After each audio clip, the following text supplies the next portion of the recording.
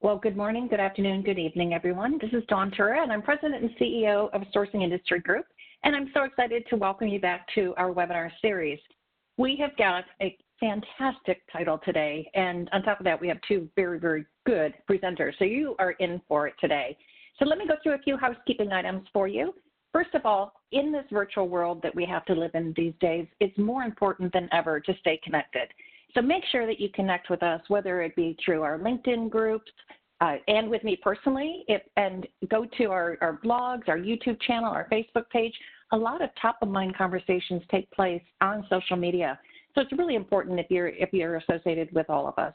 And then also, our global and regional events for right now are also going to be virtual, and we'll have our upcoming summit coming up in October. And I'll go over a few of the other ones that we have set up for you. Our weekly webinar series are a great way for you to get educated at your desk, and send us your peer-to-peer. These are top-of-mind questions that you want answers from people in the industry. And these go out to about 30,000 people, so it's great to learn from one another. We are all about being collegial and sharing best practices. And then check out the SIG Resource Center, changing every minute of every day, over 5,000 tools, templates, white papers, presentations, webinars, you name it, methodologies is out there. And then our career network. If you have a job that you'd like to post, make sure to send it to us.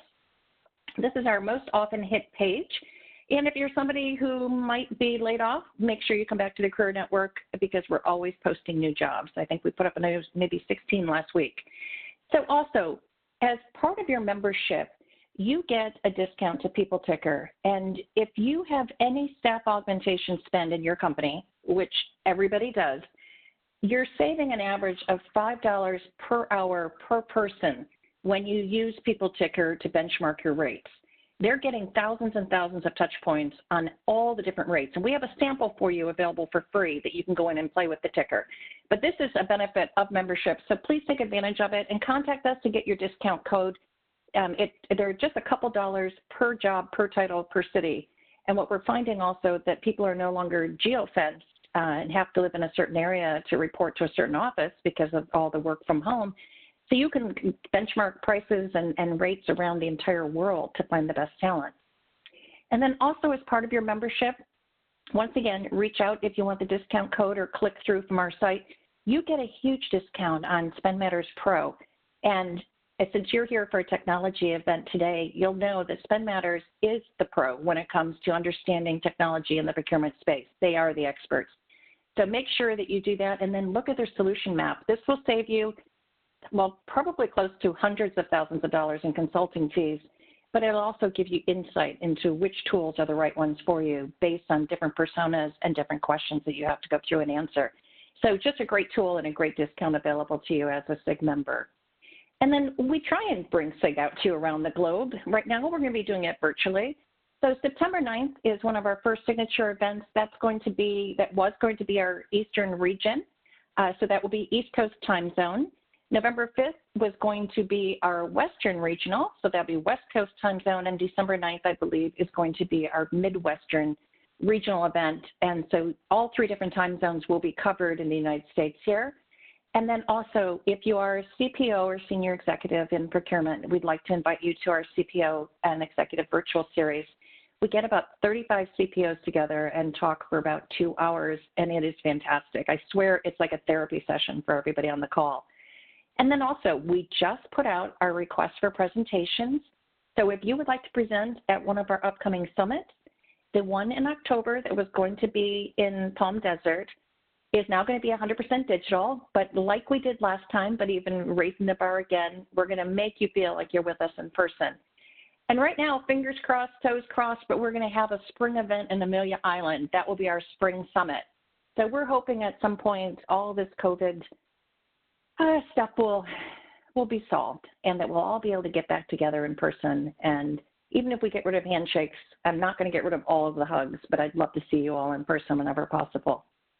And so also, this is the time to upskill. This is the time for you to skill your staff. This is really important that we're constantly learning. So we have over 22,000 courses completed across our 4 certification programs.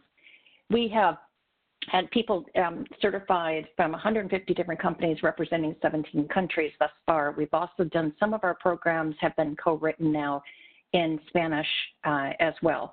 So we have groups that have teams out of Mexico and Latin America, and so we've adapted some of the programs into Latin Spanish. So also, this is a way just for you to get involved and to upskill yourself and your staff. So become a certified sourcing professional, certified supplier management professional, third-party risk management professional, or an intelligent automation professional. So please join us at SIG University. I can't tell you enough, this is the proudest part of my entire journey was to create these certifications and to constantly raise the level of the strategic benefit that we know we can add in the industry. So you're not here to hear me talk, you're here to hear these guys talk. So I'm so excited. How did we get risk so wrong and how do we fix it? And this with us today is Anteros and A.T. Kearney. Excuse me, just Kearney now. It's been too many years, sorry. So with us today, one of our presenters, I'm so excited. If you haven't heard Dr. Eloise Epstein speak, you are in for a treat. She has over 2 decades of experience working in procurement and supply chain, and she's a digital futurist and A.T. Kearney, or Kearney, Vice President based in San Francisco. So one of the things you have to know about Dr. Eloise is that she's passionate about procurement and always brings an incredible story. She's also the co-author of a forthcoming book called Disruptive Procurement, Winning in a Digital World, Doing the Right Things in Procurement. And her current book project is titled Living in the Upside Down, How to Do Digital Procurement in the Abnormal. So that one, I can't wait. You guys buy her books, read her books, study her books, but I've known Dr. Eloise, I hate to say it, probably 15, 20 years, so I'm aging myself. Just an incredible person.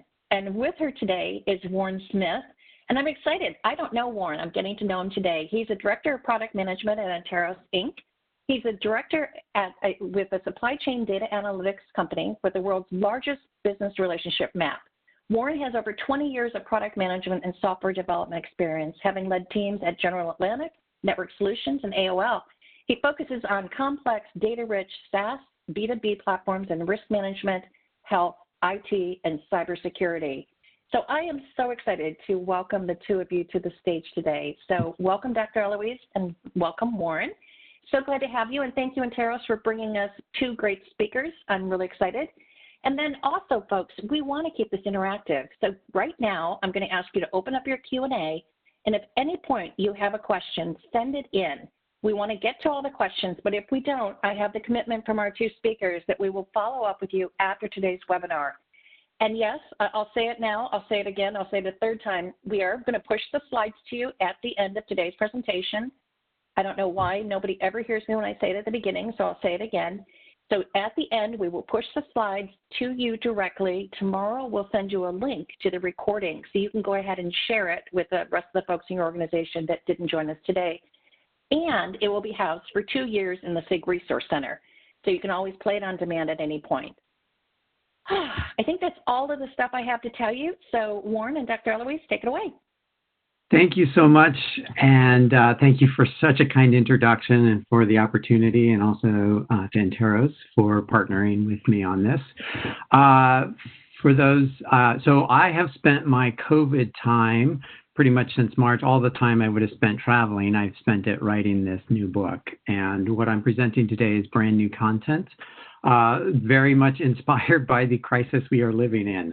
So what you're going to see is very much around that. So I think it's important to, as we talk about risk management going forward, that Helmut von Moltke, who is a Prussian field general from the 1800s, I think he said that best. And so I will frame this entire thing about we can plan all we want, but the reality of the world is a lot more difficult and complicated, which means we can't just create a simple framework and do that. And by the way, if you're a military historian, von Moltke was actually in the 1800s, and planes were not developed until the 1900s. So I just have to flag that irregularity. That was not my fault. So, thank you. So my theses are very simple. We have a lot of signal processing. We don't have very much application of strategy to those signals, and we certainly aren't taking very much action. And I think COVID has clearly proven that. And I think beyond that, we are woefully misguided in our risk management and our risk approaches. And I'll talk about that in a moment. But there's been a lot of effort on Signal, and I'll explain why. It's related to the wrong equation. We have focused on cost at the expense of risk and everything else. And we have also not done very much active risk CSR management. And in many ways, risk and CSR or corporate social responsibility are tied one and the same. So they're inextricably linked. These are my theses. At the end, or as we go, I will start to lay out where I think we need to be better, where we can be better. And you will see some themes in the Interos part of this, which they are solving many pieces of this. And that's one of the reasons why I chose to do this with them, because I believe they're in alignment with this. Not that we compared notes, but I think you'll hear a lot of the same themes from them. And that's why I'm actually very excited about working with them. Okay, we live in, this is not the new normal. We just live in massive disruption. You can call it whatever you want, but COVID-19 is just the beginning. And I know it sounds pessimistic to say that, but we are going to be living, not only is there COVID-19, but we have the implications of Brexit. We have the implications of ongoing trade wars, an economy that is probably going to at least drive into the ditch, if not, go off a cliff. We have a presidential election in the U.S. that will dictate a lot of pieces. And we also have a massive social change underway, especially in the U.S., but it is more broad, and I will talk about that in a moment. We have new ways of working, of course, working from home, but also the need for agile. We're inundated with digital innovations, and we have new business objectives. So not only do we have risk, but we also have this reality of supplier survivability. How many of your suppliers, if you have 10,000 suppliers, how many of those suppliers are going to survive? How many have gone bankrupt in the last few months, and how many will go bankrupt in the next few months? And out of that will come a lot of M&A activity. There was a lot of M&A activity prior to COVID. There's a whole lot more now. So that's the context for all of this. And it's to say that we need to take these digital innovations. We need to work differently. We need to work smarter, because the risks and the disruptions that we're tackling require it. And the business environment requires it. And so this is a burning platform for anybody in procurement or supply chain. This is not a nice to have. This is, we need to circle the wagons, do this now, and do it really well. And collectively, we need to come together. And we'll get to blame in a moment, but let's go back in history a little bit, and let's talk about the importance of signaling and taking action. So if you go back to September 11th, it's probably one of the most traumatic days in U.S. history, although I think there are a lot of them, and not all as dramatic as this or stuck in our collective consciousness. And by that, I mean that have started two wars that seem to be endless. But actually, it really marked a turning point in our history. And as much as I would love to talk about the history and politics around September 11th, I promise I won't. But the question becomes is, how did we not know? And you know that something becomes a crisis when everybody after the fact starts asking, who knew what and when? This happened after Pearl Harbor. It's happened after 9/11. You can already hear it in the political discourse around COVID. Who knew what when in terms of the outbreak? And again, I will not get into that. You can read up and make your own opinions. But in the 9/11 Commission report, nobody, this, and it's 567 pages of congressional testimony and expert testimony, which is, I highly recommend the reading if you want to fall asleep. But there was only one notation in the entire commission report of an FBI analyst who predicted that this could happen. And almost everybody, the experts, congressmen and so forth, were wringing their hands, like there's no way we could have known this. Except Tom Clancy in 1994, 7 years earlier, wrote about a terrorist. In this case, the story goes it was a Japanese, terror cell that hijacks a plane and flies it into the Capitol building. Which Tom Clancy didn't create this. This is actually coming out. Samuel Beck in 1974 attempted to hijack an airplane at Baltimore Washington Airport and used it as a flying bomb to assassinate Richard Nixon in the White House. So we have a long history of that, or not a long history, but a common thread. And actually one analyst did in the 9/11 report actually flag this as an issue. So that begs the question, why were we not listening? Why did we not hear this? And this is the difference between signaling and taking action. And it would be obvious for me to list out all the pandemics over the last 200 years and, or that Bill Gates has been running around for the last 5 years saying we're not prepared for pandemics. That would be too obvious. But what the takeaway here is we weren't listening. And when I talk about blame, I blame consultants and I blame risk tools, not necessarily Interos, because I view them as a more modern version, just to be clear. But we have a whole history of tools that have been focused on signaling. And nobody, just like in 9/11, just like here, nobody has been looking at this.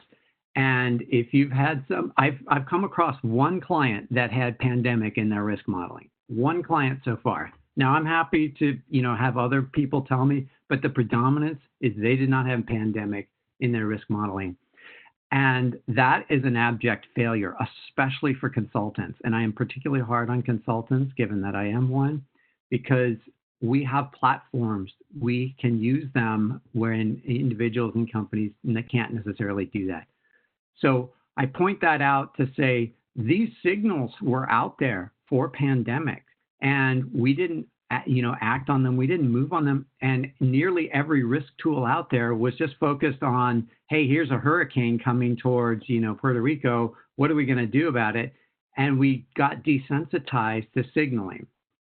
Now, what we also did is we also focused on the wrong equation. We focused on cost. And this slide is literally one of our optimization models on complexity reduction for cost optimization. And this is basically the way to think about this is squeezing every possible nickel or penny out of your business. I mean, this is how the lengths that we go to save money. And that doesn't mean it's wrong. That's just a fact. And I don't read math, so I can't even begin to tell you what this says. What I do know is that you can use this to squeeze a lot of money out of a situation, but that doesn't, that doesn't move the needle, right? That doesn't actually, well, it moves the needle on cost, but it leaves a gap in other areas. And so let's look at the other areas. So we have over-indexed on savings and cost avoidance in the upper quadrant at the expense of innovation, at the expense of risk, and at the expense of CSR. And we are now seeing the bottom two take a huge prominence. And so let's tease that apart. So the COVID one is absolutely obvious. But let's look at CSR for a moment, because I think risk and CSR are very tightly intertwined, and they are driving the business now. They're driving the corporate objectives, I should say. And you've seen this with the oil and gas companies. And I was just talking to the head of supply chain for an oil and gas company yesterday about this need for them to get to net zero emissions by 2050. And then, of course, during the call yesterday, Tim Cook announced that Apple is going to be net zero by 2030. So guess what? The next, 10 years are going to be pushing on net zero emissions and really moving green up the corporate objectives. And the oil and gas guy that I was talking to, kind of had this realization. Head of supply chain has this realization that, and I think he already had it. It wasn't in this, but that this is the price of doing business in the world today. Is you have to, take sustainability seriously. And by the way, as a sidebar, I have a similar, part of my book is about how procurement can and should drive sustainability and more broadly the CSR agenda. But I won't get into that today. And then I think under CSR, especially in the U.S., I'm going to say very clearly, A, Black Lives Matter, and B, we need to actually move the needle on diversity. Diversity is not some throwaway corporate thing, feel good, put it in the marketing.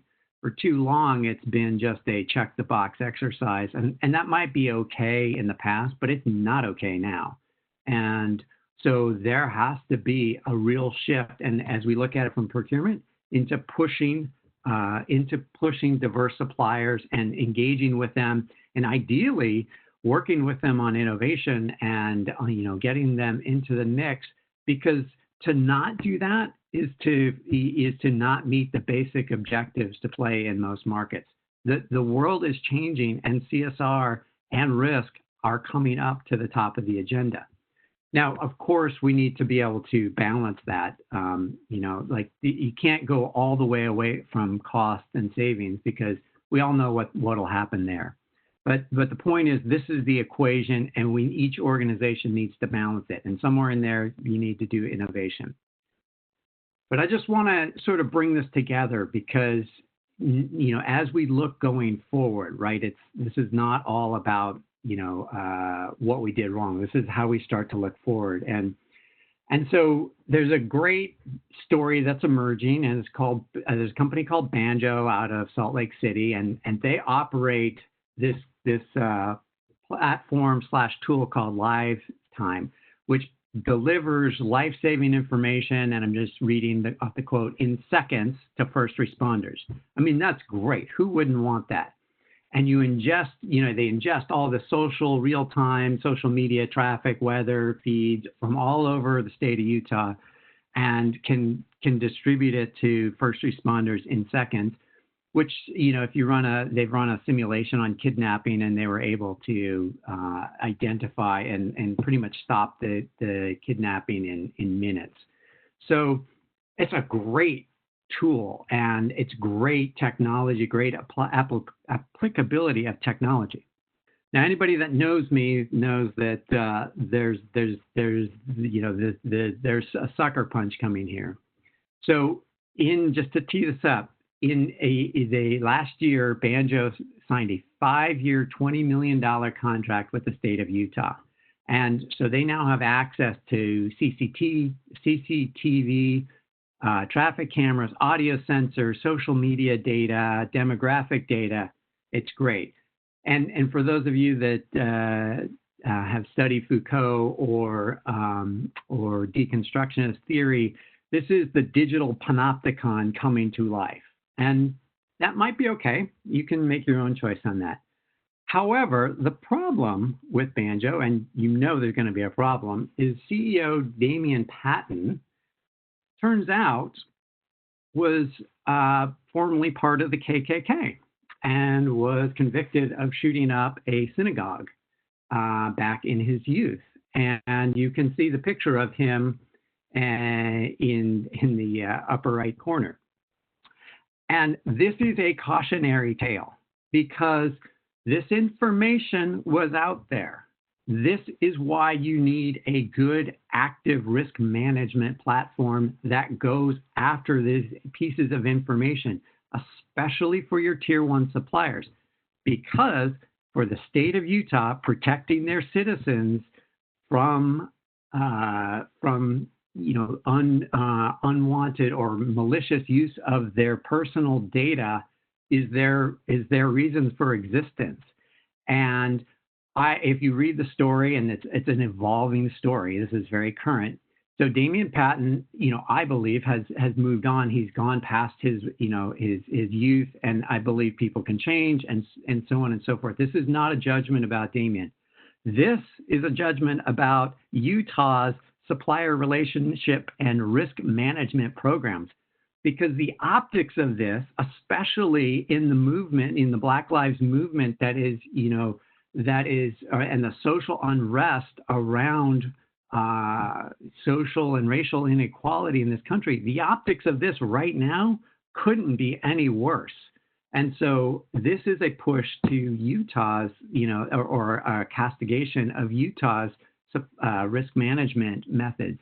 And I would argue that the same technology that we talked about on the previous page, the AI insights, the feeds, all these different things, and ingesting it and analyzing it is actually what makes a good risk management platform.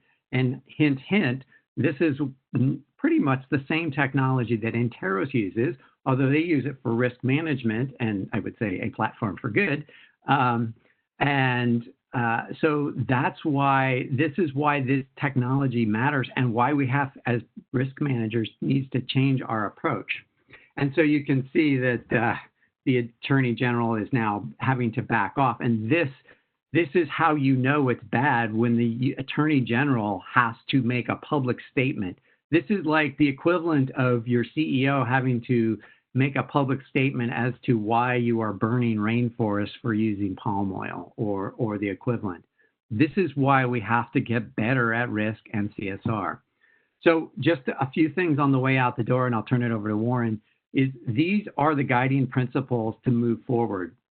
Is when we talk about active risk management and all these AI tools, that's the way to go. Don't turn around and send out a bunch of surveys. Surveys don't give you what you need to know.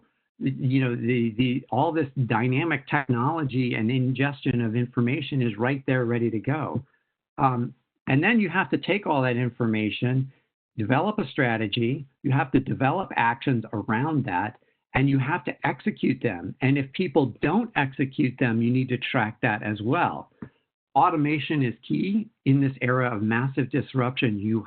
There is too many things going on that you can't throw people at this. People need to be involved, but this is not create a BPO and try and manage this with people. I talked about accountability, and then do scenario planning, because this is the risks are coming too fast and too furious to we have to look ahead and see what's coming. Because I can tell you what my prediction as a futurist for what's coming is the next disruption, and mark the tape, because is the next disruption is going to be cyber. And so we've spent all this time moving from home, moving to this work from home model. But what happens when our homes get attacked? These phishing attacks that are on the increase. I mean, there are so many risks in our digital, infrastructure, and we are constantly being attacked by, well, let's call them foreign actors, whoever they are, whichever states. We'll just leave that open-ended. So we are under attack literally all the time. And so I would argue, what is your business going to do, to react to the cyber threat that's coming? And I'll just leave you with this framework. It's pretty obvious, but so often we get stuck at the bottom of this, and we try to do financial risk, or we do security risk. Whatever the risk is, we need to think about moving up into anticipatory and predictive. And so this is my transition to Interos, because I believe and the moment I saw it, and Jennifer is the founder, the moment I saw it, I saw this image because, I could immediately relate it back to this framework, and I'll let them talk about that and where they're going and how they're doing it. But this is not good enough. This is signaling at the bottom. We need to move up to strategy and actioning. So with that, Warren, I am going to turn it over to you and let you take it from here. And I will be here if you have any questions. Sounds great. Thank you, Dr. Epstein. Great presentation. The banjo is such an incredible story, relevant, timely. It's still going on. When we reviewed slides earlier, I went and did a deep dive on it and learned quite a bit. It's interesting in all the information you can actually pull together and make something of it in terms of a signaling aspect. I like when you said we didn't really compare notes. We didn't spend a lot of time together, but I don't think you could have done a better job of actually teeing up the opportunity and risk, almost making it too easy for me to talk about what Enteris does as the solution. So stories like Banjo definitely put risk management in the spotlight. As you mentioned, the impact our goals, more from simple cost savings to more of a focus on resiliency, innovation, and in the Banjo case, social responsibility. So I'll spend a lot of time on that. So with the benefits of machine learning, artificial intelligence, all the stuff Dr. Epstein mentioned, that appear in the news every day, the expectations for this market, risk management, are incredibly daunting. In the analytics world, they're known as the 4 V's. Volume, which is the quantity of information, the variety, which relates to the structured and unstructured nature of the data. Some of it's easy, binary, numerical. Some of it's really hard. You have to make probabilistic, kind of decisions around, if a person is of interest and they influence you or they're being influenced and influence your supply chain, it gets really thorny really quickly. The veracity of information, the trustworthiness of the data itself. We know from watching various networks in the news, for instance, that you can get different opinions depending on which shows you watch, not even let alone the actual networks themselves. It becomes even exponential once you pull in all the news sources that are available in the globe. Velocity, which is also very important, which really relates to the frequency of the data that's distributed. It's really complex, and it's really hard to take all this stuff in and really extract the 5th C, as I call it, which is the value aspect. So with Enteris, for the first time, customers are really able to see this risk and model the impact of events happening around the world and dedicate time to prevent disruption.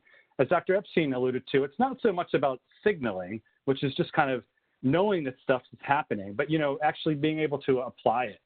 And so this chart illustrates really a rather simple concept akin to the popular glacier analogy. So a typical supplier's visibility only shows what's closest, what's familiar in this first tier. You could see what Mr. Damien did, and actually looking at him. But what about his friends per se, lower down into the supply chain that could have an impact in the future. That's what Enteris actually enables you to do. What we call the nth tier supplier visibility and the ripple effect. So it's these relationships that impact you farther down the chain. But as cool as this is, in terms of visualizing, what's in your supply chain, it gets a lot more complex than that. There's what we refer to as the IKG, which is the shorthand for the innermost knowledge graph. So with this, you can find out, what you know about your supply chain, what you don't, gather supply network data from across the organization and store it in one place, the Enteris platform, and gate insight exposure, all the signals in one place about your supply chain. And of course, the goal with all of these tools isn't just to look at it. It's to actually, improve and build a better supply chain. So in the end, the goal is really 4 things. And this is, again, thank you, Dr. Epstein. It's really about, descriptive analytics, kind of defining what happened, statistical techniques, identifying the relationships between, one entity and another. And that could be 2 companies, 2 people, supplier and its materials, the risks that go along with that, et cetera. And actually being predictive analytics. So what might happen in the future.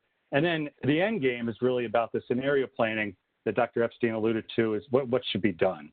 And it's not simple. You can kind of think, just in your own experience, all the signals that are out there. So right now, Enteris consumes about 85,000 different data sources. So to make sense of it for our users, we categorize the data sources in only a few dozen categories. And then we align each of those data points and signals with 27 variables and 41 different event categories. And then we condense it down even further into 5 risk categories to be consumed, easily in our brief, so to speak.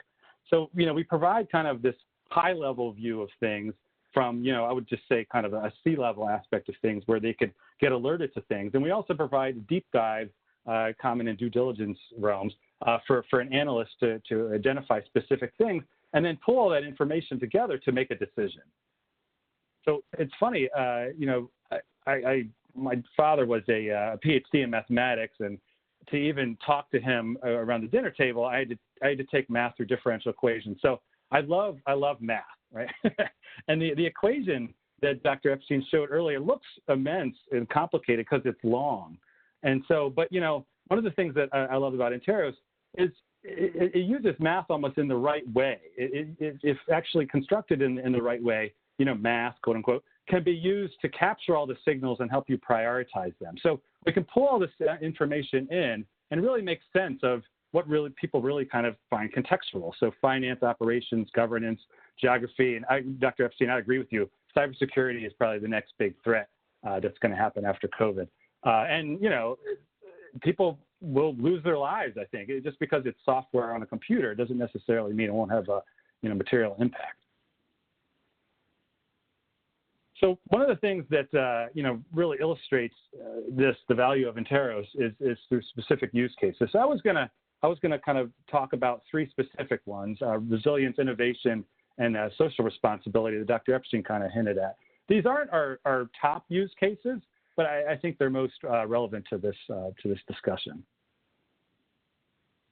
So the first one is resiliency. So China and India undergoing stark, rapid, perhaps permanent transformation. Not really, directly related to COVID, but definitely getting under the spotlight. So 2/3 of Americans say that they have an unfavorable view of China, and laws, from the current administration and probably the next, are changing every day. And so if you pull China out of the supply chain network, and that's not going to happen black and white, but what would fill its place? And our customers have to be prepared for that reality. Is India, across the mountain range, a better or worse place to rely on for critical supply chain material? And so you can use you'll be able to use the Interos platform to make that decision. You can see your large ecosystem. To Dr. Epstein's recommendation, you can do scenario planning to say, okay, what if analysis? If I move away from China, move to India, or I move somewhere else, Germany, Eastern Europe, South America, what does that really mean? How does that reduce, my risk? So that's the first case of transparency. And I provide a screenshot here just to kind of illustrate, what your ecosystem looks like within our platform. The next one is really a future innovation. So the cybersecurity maturity model, and then I'll just kind of toss this into the CMMX, kind of list of lists, as I call them, around regulations and process, is the newest within, the cybersecurity compliance process that is heavily used in the DoD world. So by contractors who've been confronted with it over the past few years as cybersecurity as a top priority. So D&D contractors and subcontractors will have to meet this complicated regulation standard to protect controlled and unclassified information with all the cybersecurity risks out there. By September 2020, it's expected to be required in all RFPs. And we're starting to see that, actually, in what was requested of us, of the importance of CMMC. So as this is rolled out, it's not yet launched yet. You can Google it yourself and see the timeline for it. But we're preparing for it. We're prepared to actually take in that information and add it to the filters, available within the Interos platform. So you'll not just be able to see, our risk profile for your suppliers in your network, but also the CMMC level, if it even exists for all the suppliers in your profile. So this kind of goes to future innovation. We're constantly on kind of staying on the cutting edge of different things from various sources, and CMMC just happens to be one of them. The last one I kind of tossed into social responsibility. The Banjo case is very interesting, and how it relates to different diversity issues that we have. But another one that's very relevant to us is really kind of where raw materials are sourced from. And so rare earth elements, as we kind of probably best understand, come from very specific countries and areas.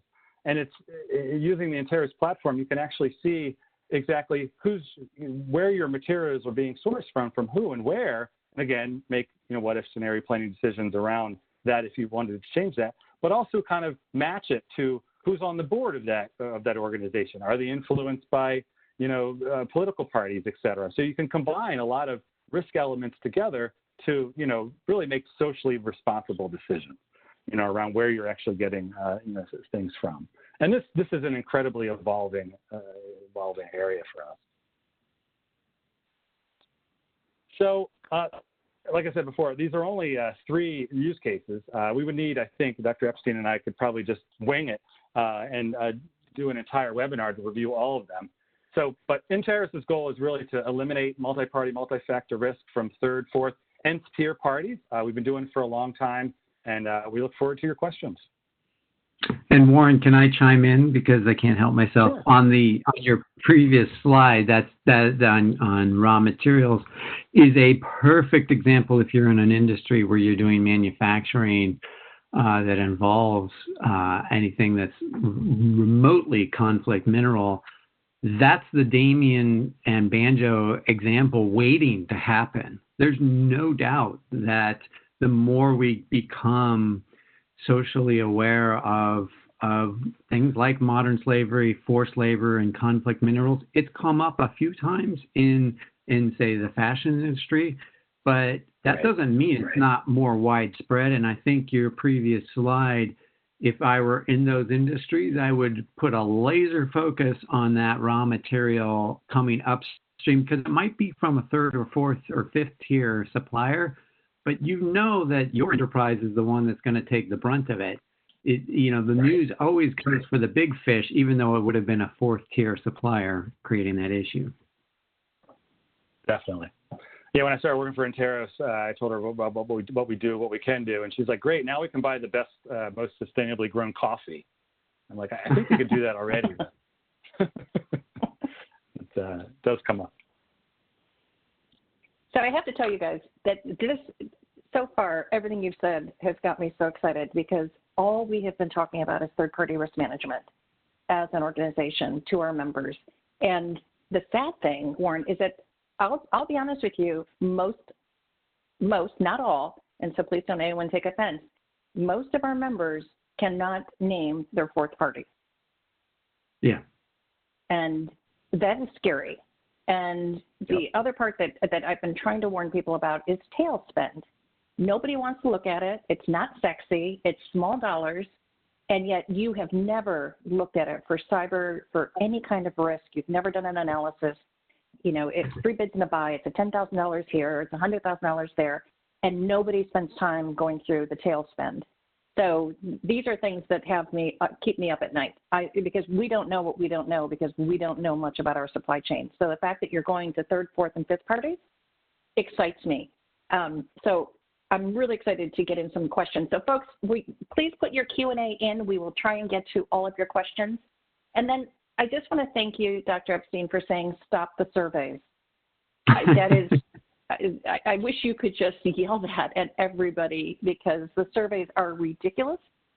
Nobody likes to fill them out, and nobody reads them when they come back, and they don't know what to do with all this data. So if you can't, you have to use technology to manage third-party risk. It can't be a survey any longer. Yeah, exactly. Everything you said is exactly true. And compare that with what you just saw with Enteris and these stories, right, that Warren just showed. I mean, the disparity between the two. Anytime people say they have survey functionality, I just roll my eyes. And it's not the way forward. And because suppliers are overwhelmed, they're not filling them out, and like you said, the buy side is not looking at them or doing anything with them. Yeah. They don't. I take that back. They are showing them to their managers to get the managers off their back, but that doesn't mean they're actually doing anything strategic with them. Yes. It's interesting. So surveys, I hear you. No one likes filling them out, et cetera. And what we found in actually looking at several of the surveys that our customers have is half of what they're asking is already in our system. And so, you know, we actually are able to kind of map that together. The stuff that's outside is qualitative and probabilistic and requires kind of manual intervention to actually absorb. But as soon as you know, are able to, you know, consume it in an automated fashion into the system, it becomes really powerful. So, you know, it's not that surveys are all bad. It's just that they're not being utilized as best they can. So it's interesting for sure. Yeah. And then anytime, Warren, you want to geek out over numbers, I'm happy to do that with you because I'm also, I was a math major and I'm a recovering CPA. So I was actually trying to solve the formula. The tax direction put up there, I was trying to go read. I did it. Yeah, math and CPA is interesting. Yeah. I'm also CPA, so I stopped doing that. Good, another I don't nerd. even do my own taxes anymore. So you and me both. I don't like there's something the in my blood that I do like reading the tax code. So we had a question come in, and I think this is absolutely spot on. How do I get my senior management to pay attention to this level of risk? My plate is overflowing with just keeping my biggest suppliers in line. So I'm going to take a first pass at this because I get this question all the time. Okay, so there's what's overflowing on your plate. Let's set that aside. I want to acknowledge that and say that I get that. But if we just set that aside, let's say you had some magic, you know, 20% of your time. The way to get the investment, because again, like I said, everybody has focused. They just want cost savings. They want, you know, to communicate. Which, by the way, most cost savings, that's a whole nother discussion. But so much of our quote unquote cost savings is monkey math. So that's a different issue. But what you need to do to go to your boss is actually, or to senior management is actually show them this and show them the risk and bring this to their attention and bring data to the discussion. Nobody wants to hear about the, you know, potential of risk, but actually you look at, you know, you do a quick pilot with some of the stuff that Warren was showing. It opens people's eyes really quickly because all of a sudden they see that. And especially when it comes to cyber, and I've seen this a few times, where I've had a room full of CPOs and you show them the potential of cyber risk and how rapid, you know, their systems can be exposed, not their, you know, systems, but their supplier systems. And that whole room goes very silent and everybody has a collective OMG or OMFG moment. And so that's what you're going for. And I don't think it's a big, sorry, Don, I just had to drop that in for emphasis. But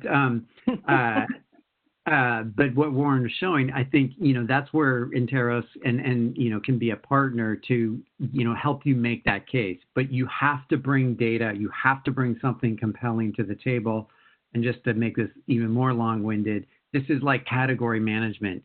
You can't show up to a new product introduction meeting with your R&D team and not bring data.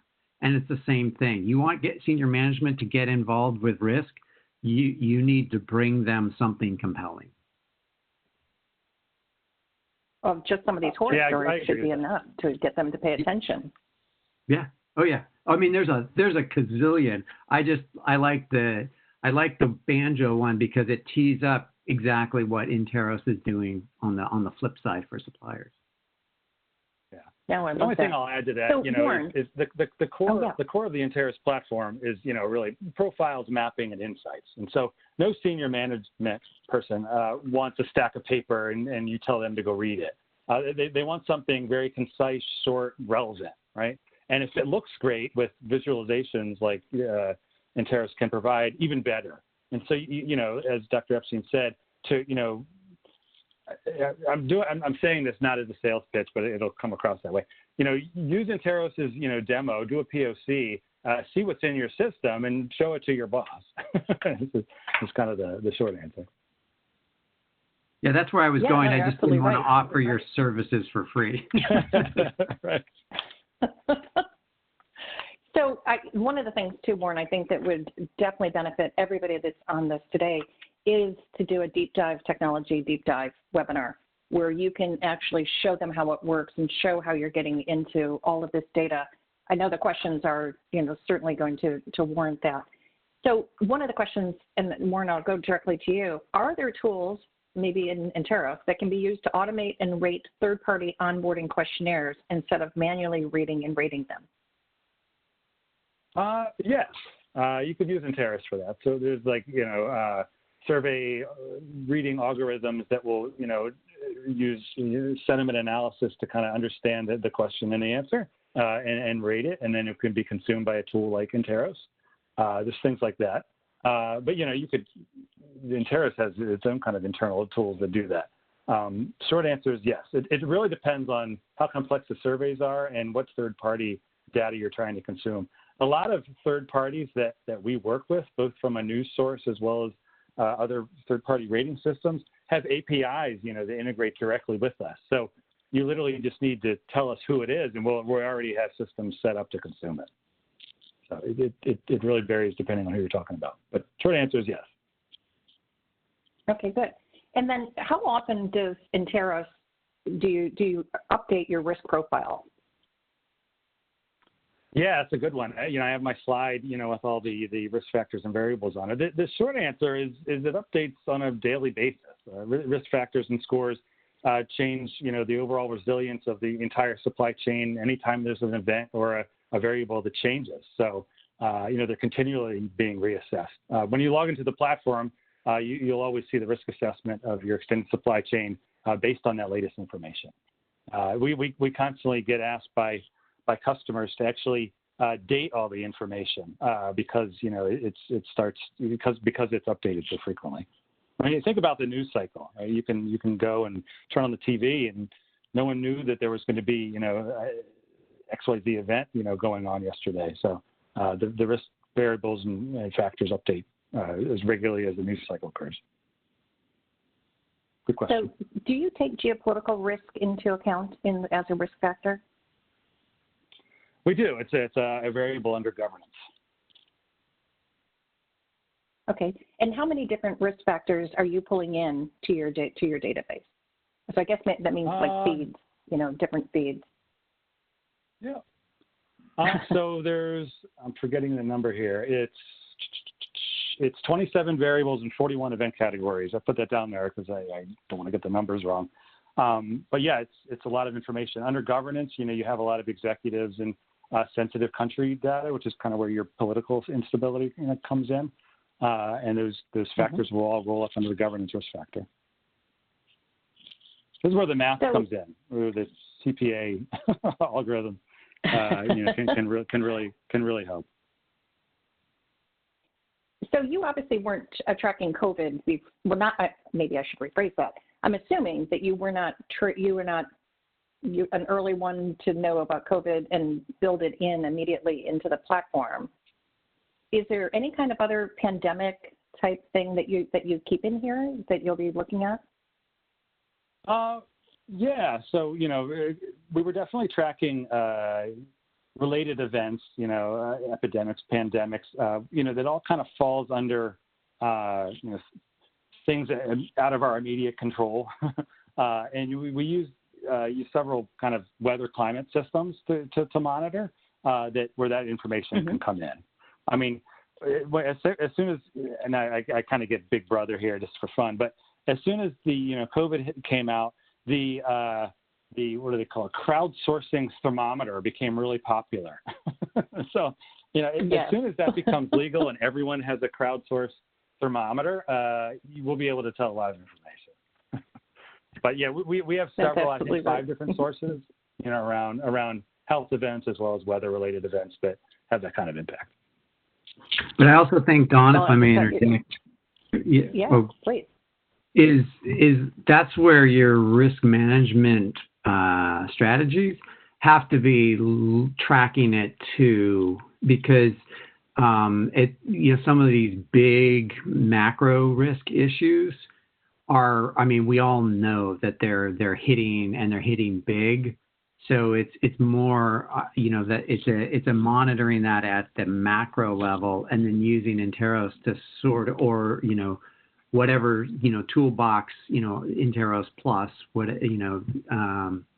to actually model the impact on your various geographies or your spend profiles or whatever your variables. So I think there is a bit of program management and then a bit that's the tool as well, especially as we think about pandemics or trade wars. Right. Agree. Interesting. So years ago, we had someone from Google that was presenting, and they said that the CDC actually got some of their information about the flu season from Google when they said that it was faster than doctors sending in their data. It was just to see how many people are Googling flu symptoms in different parts of the country. They could actually track the flu across the United States. So that's very similar to what you're saying now. There's so many big data points that you can pick up. It's such a different world. Yeah. This one came in via chat, and it said, are there any techniques for the buyer to inform end users of potential risk without being looked at as constantly crying wolf?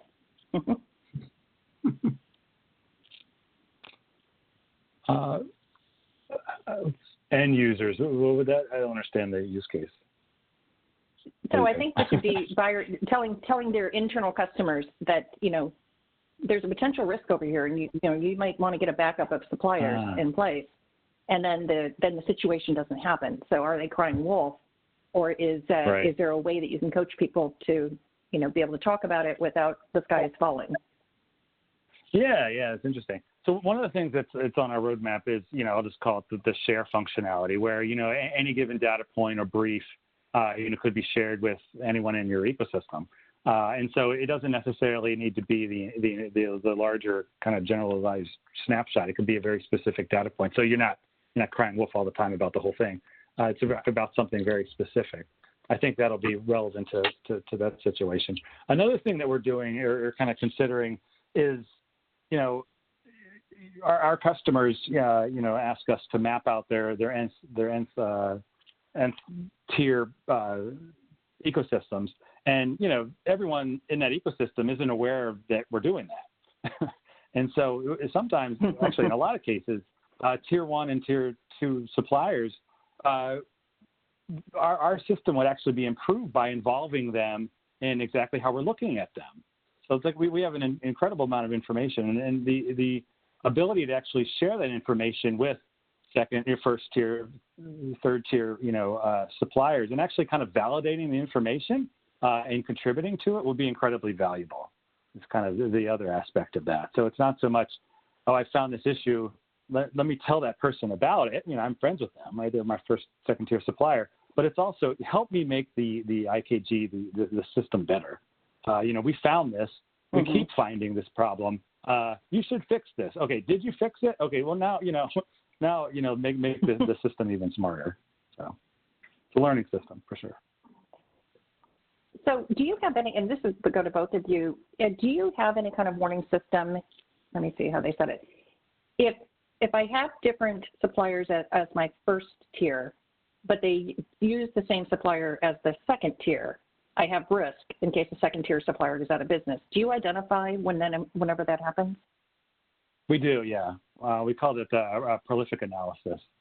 So if there's any kind of concentration risk of any one supplier using, that's honestly the number one use case, in terms of concentration risk, not, from location, from supplier perspective, and also this kind of utilization of yourself. Amazon is well known for actually utilizing its own products. They should, right?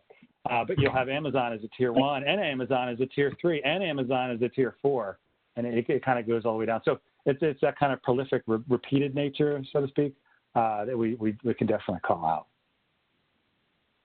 Interesting.